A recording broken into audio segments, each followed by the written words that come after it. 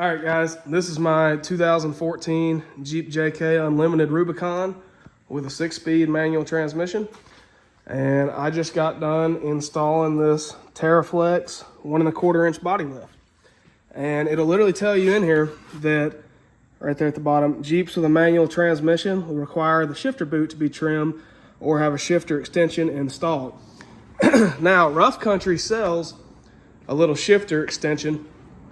I'll show you. I've already got the inside taken apart, and you would take this off, and it moves the shifter up a little bit, because what happens after you get this installed, you can't go into second, fourth, sixth, or reverse, because it just gets too close down there. And I've tried to find, I looked at a lot of videos and really couldn't find any information on a couple things. And those things were, for one, how to remove the center console. I mean, it was easy to figure out, but how to remove the center console on my Jeep, there's nothing about it, nothing on the forums. So that's what's got me making this video. One, how to remove that. Two, how to remove your four-wheel drive shifter and your shift knob. And then three, what does the boot look like after it's trimmed? So I'll start with removing the shift knobs. They've got a little bitty trim piece on the bottom. And you just pop that off with a flathead and then wrap this with a rag. I use these channel locks, and you just grab it and you twist and pull off, and it'll pull right off. Give it like a quarter of a turn and pull at the same time. Both of them will pop right off in your hand. And then to take this off, just pull your parking brake up, give you a little space. Once those knobs are off, this is literally just clipped in. There's no bolts or anything holding this in. It just pulls right off. So now this will be for the, I believe the 2012 through 2018 Jeeps. I know the 07 to 11s are a little different. There's what the inside of the boot looks like. Just leave it all attached. There's no need to take all that apart. It'll just pull off in one big piece. And then, sorry, throat's a little scratchy. But then finally, the shifter boot. What does the boot look like after it's cut? And I wasn't afraid to hack mine up. This is what it looks like. As you can tell, mine was actually already in kind of rough shape, so it really didn't hurt my feelings making it any worse. But this will pop right down in there. And then when you go into your lower gears, this was hitting. So I started off by just trimming the rubber off of it, the flexible rubber, and that didn't work. And I had to go onto the edge. Now this edge right here it's a hard plastic. So I just took my cutoff wheel and I just ground it down a little bit. And that's what that should look like. Grind it out, dig it out just a little bit. You can go ahead and cut the rubber boot as well. Like I said, I started with that, so I'm not entirely sure if that would be necessary or if it's just taking this hard plastic down, because then it allows that right there to come all the way down. Now it doesn't hit that stud. I think that's in fourth gear. That's the closest it gets.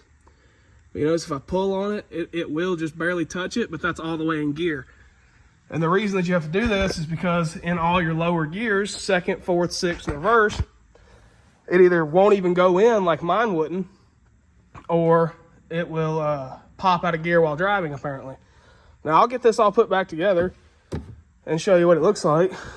But first, show you the body lift. Just that little bolt there, a little spacer, and it's a longer nut right there. And then all new body mounts all the way across. Show you what the gaps look like. I mean, the grill, that looks completely normal with this bumper. And the inner fender on the front doesn't look weird at all, but I do have aftermarket inner fenders. Of course, the body line down the side doesn't look bad at all, but I got to put my rock sliders back on, and that'll clean that up. Currently don't have a rear bumper, but that's the gap. You can see that. See what that looks like right there. My new bumper's on the way. And really the biggest gap you're gonna see is in the rear fender. It doesn't look like much on video, but like before I started, like my metal inner fender was touching the frame. And I mean, that's a whole pointer finger. That's probably a 3-inch, almost 4-inch gap right there, even though all I added was the 1.25-inch block. But yeah, it looks a lot better. It was definitely worth me figuring out how to trim the boot because I think it looks sick. I am running a 4-inch lift on 38 by 1450s and 20 by 12s. No wheel spacers. But I wanted that little bit of extra height without having to modify the suspension and get an alignment or anything like that. So this was an excellent way to do it. The TERAFLEX kit is definitely better than the Rough Country kit. The Rough Country kit requires you to actually swap out the block connected to the body and remove these 2 bolts. So the TERAFLEX kit's way better. So here's what the boot looks like after it's been reinstalled. Pop the whole little retainer clip back on. It's just popped down in there. But we got 1st, 2nd, 3rd, 4th, 5th, 6th, and all the way over for reverse. And it clears.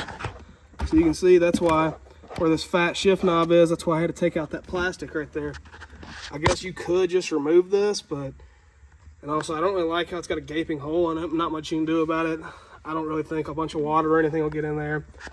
So I think this will work out. I'll show you one more time once I get it all put back together and I'll get the Jeep out of the garage and in the sunlight. All right, here it is out in the open. See, I got the sliders reinstalled. Good lift height. Everything looks good. Drives good. And I'll show you the inside now that it's all put back together.